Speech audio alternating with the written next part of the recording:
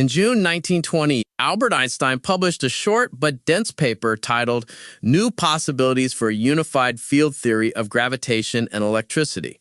It represents a pivotal moment where one of history's greatest minds attempted to bridge the gap between the two fundamental forces known at the time. By introducing the concept of distant parallelism, Einstein sought to overhaul his own general relativity to include electromagnetism within the very geometry of spacetime. This document, translated by Alexander Unzicker, reveals Einstein's excitement at finding a system that, in a first approximation, seemed to naturally yield both the gravitational field equations and Maxwell's equations for electromagnetism. It is a fascinating snapshot of Einstein's transition from the finality of general relativity into the long, often frustrating quest for a unified field theory. By 1928, general relativity was a decade old and universally acclaimed, but it only described gravity. It viewed gravity as the curvature of spacetime, represented by the metric tensor. Meanwhile, electromagnetism was handled separately by Maxwell's equations. Einstein found this dualistic nature of physics, having two separate sets of laws for two different forces, to be intellectually unsatisfactory. He wanted a single world law where both gravity and electricity emerged from the same geometric structure. The mechanism he uses here is something called an n-bind field, or a tetrad. In the standard general relativity of 1915, the geometry is strictly Riemannian. You have a metric that tells you distances, but you lose the ability to compare the direction of vectors at distant points in a unique way. Einstein's 1928 proposal reintroduces distant parallelism, the idea that you can define two vectors at different locations as being parallel. This seems like a step back toward Euclidean geometry, but he's doing it in a curved space-time context to see if that extra structure can account for the electromagnetic field. Exactly.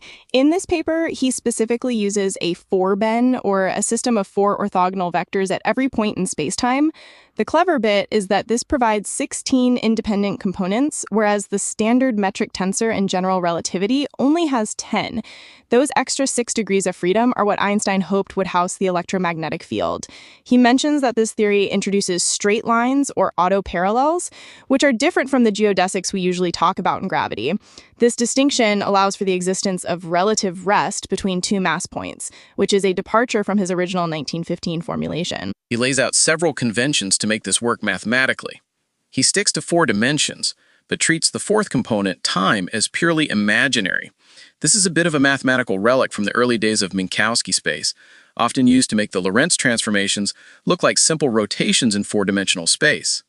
While he notes he could have used the modern signature for the metric, he chooses the imaginary fourth component to maintain a direct connection to the formalisms he was used to. The heart of the paper is the basic field law, derived from a Hamiltonian integral. He proposes that the variation of this integral must vanish, which is the standard way physicists derive field equations. The Hamiltonian he chooses is a specific combination of these tetrad fields and their derivatives. He defines a quantity, let's call it phi, which he identifies with the electromagnetic potential. He then demonstrates that if you assume the field is, quote, purely gravitational, end quote, this phi vanishes. This creates a clear, albeit perhaps arbitrary, boundary between the two phenomena within a single geometric framework. One of the most striking claims he makes is that this theory yields the field equations of gravitation and electromagnetism in a very simple and natural manner in the first approximation. For a listener who isn't a physicist, first approximation basically means looking at the equations when the fields are very weak, like the gravity of a small planet, or a weak electric field. He shows that when you linearize these complex equations, they split perfectly into the linearized Einstein equations for gravity and Maxwell's equations for light and electricity. That was the eureka moment for him in this specific paper. By performing the variation, he gets 16 equations for those 16 tetrad components. Through some algebraic manipulation, adding and subtracting these equations, he recovers the Ricci tensor vanishing, which is the vacuum field equation for general relativity. Then, by taking the divergence of his other terms, he arrives at the wave equation for his phi field, which is essentially the vacuum version of Maxwell's equations. It seemed, at least for a moment in 1928, that he had won. But there's a tension here that we have to address. If this were the final answer, we wouldn't still be talking about the search for a unified field theory today. Einstein himself acknowledges some uncertainty in a note added during the proofing stage. He mentions that there's a certain insecurity regarding the choice of H, the Hamiltonian. He realized that the specific mathematical form he chose wasn't the only possibility. This suggests that even as he was publishing, he knew the foundation was a bit shaky. The larger problem, which became clearer later, is that this theory of distant parallelism, or teleparallelism, didn't easily account for how matter, like electrons, actually behaves. In general relativity, the metric doesn't just describe gravity, it dictates how matter moves. In this new theory, the relationship between the tetrad field and the motion of charged particles wasn't as clean as the first approximation suggested. Furthermore, the theory struggled to produce the Schwarzschild solution, which is the standard description of a spherical mass like a star or a black hole, in a way that felt physically consistent with the electromagnetism side. It's also worth noting the historical context of 1928. This was the same period when quantum mechanics was exploding. Heisenberg, Schrödinger, and Bohr were defining a completely different way of looking at the world based on probability and wave functions. Einstein's approach here is purely classical. He's trying to solve the universe using the geometry of a smooth manifold, while the rest of the physics community was moving toward the discrete and the uncertain. This paper shows Einstein doubling down on his belief that God does not play dice, and that the universe must be fundamentally geometric. That refusal to engage with the quantum reality is why many of his contemporaries, like Wolfgang Pauli, were quite critical of these unified field attempts. Pauli famously referred to Einstein's work in this period as ephemeral, suggesting that Einstein was chasing a ghost. Yet there is a modern legacy to this. Teleparallel gravity, using the torsion of space-time rather than its curvature, is actually a legitimate area of research today. Some modern theorists use versions of these ideas to explore dark energy or alternative gravity models, though they've moved far beyond Einstein's initial 1928 formulation. Einstein mentions that the separation of the gravitational and electromagnetical field seems, however, arbitrary. That's a profound philosophical statement. He's arguing that what we perceive as two different forces are just different flavors of the same underlying geometric distortion. If you look at the equations he presents, specifically equations 7 and 9 in the paper, he's showing how they interlock. The electric field doesn't just sit on top of the gravitational field, it's woven into it. He also points out something quite technical but important. The electric field enters the field equations linearly, not quadratically, in this approximation. In standard general relativity, if you want to include an electromagnetic field, you have to add its energy-momentum tensor to the right side of the equation. That energy-momentum tensor is quadratic in the field strengths. Einstein's new theory changed that relationship, which he found remarkable, even if it ultimately didn't lead to a lasting physical model. So we have a document that is both a triumph of mathematical intuition and a cautionary tale about the limits of that intuition. Einstein was able to derive the two most important field theories of the 19th and early 20th centuries from a single starting point. That's an incredible feat of synthesis. But the fact that he was working with first approximations and expressed insecurity about his starting Hamiltonian shows he was aware of the gaps. It really highlights his persistence. He wasn't satisfied with the success of general relativity because he felt it was incomplete. He was willing to risk his reputation on these highly abstract geometric theories, even when the rest of the physics world was looking elsewhere. This paper is a primary source for that transition. It shows him using the n-bine, or tetrad, as a tool to expand the vocabulary of spacetime. Even if the teleparallel approach isn't how we view the four fundamental forces today, it paved the way for higher dimensional theories and and the gauge theories that eventually became the standard model. If you look at the math he used, the way he handles the indices and the variations, it's extremely elegant. He's trying to simplify the world law. He even suggests that this theory could substitute the theory of general relativity in its original form. That's a massive claim. He's essentially saying, I might have found something better than my own greatest achievement. It takes a certain kind of intellectual courage to try and replace your own masterpiece. And yet, the 1928 theory didn't stick. Within a few years, Einstein moved on to other versions of a unified field theory, including ones with 5 dimensions or non-symmetric metric tensors. This paper represents one possibility among many that he explored. It serves as a reminder that science isn't just a series of correct answers. It's a series of models that we test, refine, and sometimes discard. Einstein's failed theories are often more mathematically sophisticated than most people's successful ones. What I find interesting is how he defines the pure gravitational field as one where the torsion-related quantities vanish. It implies that gravity is the base state of geometry, and electricity is an extra layer of complexity added on top of that base state.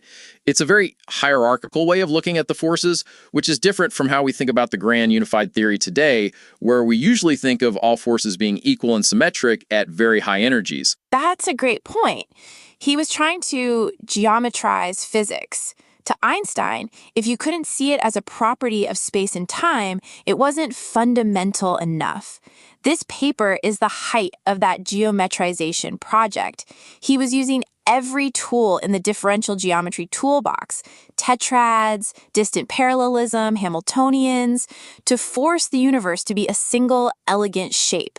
Even though we now know we need quantum field theory to describe these things accurately, his 1928 paper remains a masterclass in how to think about the deep unity of nature. It's a dense read, and as Unzicker's translation shows, the notation could be a bit tricky, especially with the use of imaginary time coordinates. But the core ambition to find one equation that rules it all is as alive today in the search for string theory or loop quantum gravity as it was in Einstein's office in 1928. He set the goalpost for what a final theory of physics should look like, a single geometric framework where all forces emerge naturally. In the end, this paper didn't provide the new possibilities he hoped would revolutionize the field overnight, but it did introduce the tetrad formalism into mainstream physics, which is now an essential tool for dealing with fermions in curved spacetime. It's a classic example of a productive mistake. Einstein didn't unify gravity and electricity here, but he developed the mathematical language that others would use for decades to come. It's incredible to think that even in his unsuccessful attempts, he was still defining the frontier. He wasn't just looking for a solution, he was looking for the most beautiful solution. And even if 1928 wasn't the year he found it, the rigor and the vision in this paper show exactly why his influence remains so pervasive. It really does. This work reminds us that the quest for a deeper understanding of the universe often involves taking bold steps into the unknown, even if they don't always lead where we expect.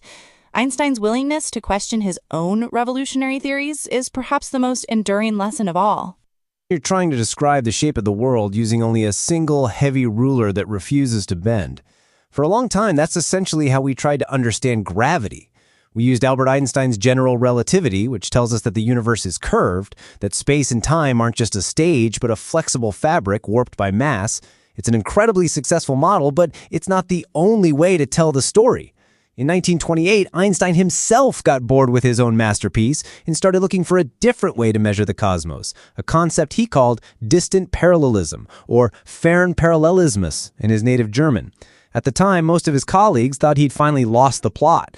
The idea seemed to go nowhere, a failed attempt at a unified theory that was quickly swept under the rug of physics history. But here's the thing about great ideas, they have a way of coming back from the dead. Today, that discarded theory is being dusted off and placed at the very center of some of the most cutting-edge research in cosmology. Physicists are finding that Einstein's old, failed formalism might actually be the key to solving our biggest modern headaches, like the mystery of dark energy and why the universe is expanding faster than it should be. It turns out, Einstein might be right about being wrong. Part 1. The Ghost in the Equations. To understand why Einstein pivoted away from his greatest success, we have to look at what general relativity actually is. Since 1915, the standard view is that gravity is curvature. If you put a bowling ball on a trampoline, the fabric dips. That dip is the curvature, and it's what makes a marble roll toward the bowling ball. Mathematically, we describe this using something called a metric tensor, which is basically a fancy way of measuring distances between points on that curved surface. But Einstein wasn't satisfied. He wanted to unify gravity with electromagnetism, and the curvature-only math of general relativity didn't have enough room for the complexity of electric and magnetic fields. In 1928, he turned to a different mathematical tool, the tetrad. Now, think of a tetrad as a set of 4 little arrows or frames attached to every single point in space. These arrows allow you to define directions, up, down, left, right, locally, as if you were standing right there in a flat, small patch of space. This is what we call the tetrad formalism. Einstein's big aha moment was realizing that if you used these tetrads, you could describe the universe as being perfectly flat, but twisty. This is the core of distant parallelism. Instead of the trampoline dipping, imagine the trampoline stays flat, but someone has grabbed the fabric and given it a massive, invisible twist. This twist is what mathematicians call torsion. In Einstein's new theory, gravity wasn't caused by the fabric bending, it was caused by the fabric twisting. He called it teleparallelism, because it allowed you to compare the direction of those little tetrad arrows, even if they were, quote, distant from each other, something you can't easily do in a curved universe. For 3 years, between 1928 and 1931, Einstein was obsessed. He published paper after paper, convinced he was on the verge of the theory of everything. But then the math started to bite back. He couldn't find a unique set of equations that felt as natural as his original ones, and he couldn't get the electromagnetism part to fit quite right. By 1932, he effectively gave up, and the physics world moved on, labeling the whole episode a curious failure of a genius in his twilight years. Part 2. The Resurrection of Torsion. So how did this failed idea end up in 21st century physics? It started with the realization in the 1960s and 70s that Einstein's discarded theory was actually mathematically equivalent to general relativity under certain conditions. This is what we now call the teleparallel equivalent of general relativity, or TEGR. It's like having 2 different languages that describe the exact same physical reality. In one language, gravity is curvature. In the other, gravity is torsion. For a long time, physicists asked, why bother with the twisty version if the curvy version works fine? Well, the answer comes down to the problems we can't solve. Right now, we are facing what some call a crisis in cosmology. Observations from telescopes like the Hubble and the more recent Dark Energy Spectroscopic Instrument, or DESI, show that the universe isn't just expanding, it's accelerating. To explain this using standard general relativity, we have to invent dark energy, a mysterious substance that makes up about 70% of everything, but we have no idea what it actually is. This is where the twisty math of teleparallelism becomes a superpower. When you use the tetrad formalism, you can modify the equations of gravity much more easily than you can with curvature.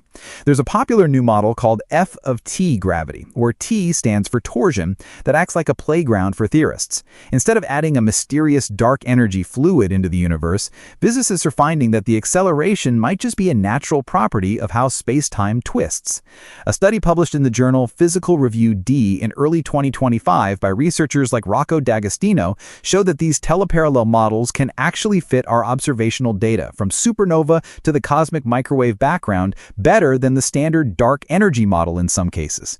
By changing the F in F of T, which is just a mathematical function of that twistiness, we can simulate a universe that speeds up its expansion perfectly without ever needing to invent an invisible force. It turns out that by going back to Einstein's 1928 failure, we might be finding a way to explain the cosmos using only the geometry of spacetime itself. Part 3. The search for new physics. We aren't just talking about chalkboard math anymore. We are getting ready to test these twisty ideas in the real world. One of the most exciting developments is a proposed NASA mission involving a spacecraft tetrad. The idea is to fly 4 small spacecraft in a perfect tetrahedron formation through our solar system. By using lasers to measure the distances between these 4 points with incredible precision, scientists hope to see if gravity behaves exactly like Einstein's 1915 theory predicts, or if there's a tiny, subtle twist that the old theory missed. If we find even a microscopic deviation, it would be a smoking gun for the kind of alternative gravity models Einstein was playing with in 1928. This research is also helping us tackle the Hubble tension, a major disagreement in physics where different ways of measuring the expansion of the universe give different results. Some recent papers, including work published in Annalen der Physik in 2023, suggests that non-metric gravity, a cousin of teleparallelism, can resolve this tension by allowing the expansion rate to change more naturally over time. It's a bit like finding out that the heavy ruler we were using to measure the world was slightly warped all along, and once we account for the twist, everything finally lines up. It's fascinating to think that Einstein's tetrad formalism, which he thought was a dead end, has become the primary tool for physicists trying to move beyond him. We are using his own discarded notes to build the map for the next generation of discovery. It reminds us that in science, a failed theory isn't always a mistake. Sometimes it's just a tool that was waiting for the right problem to come along.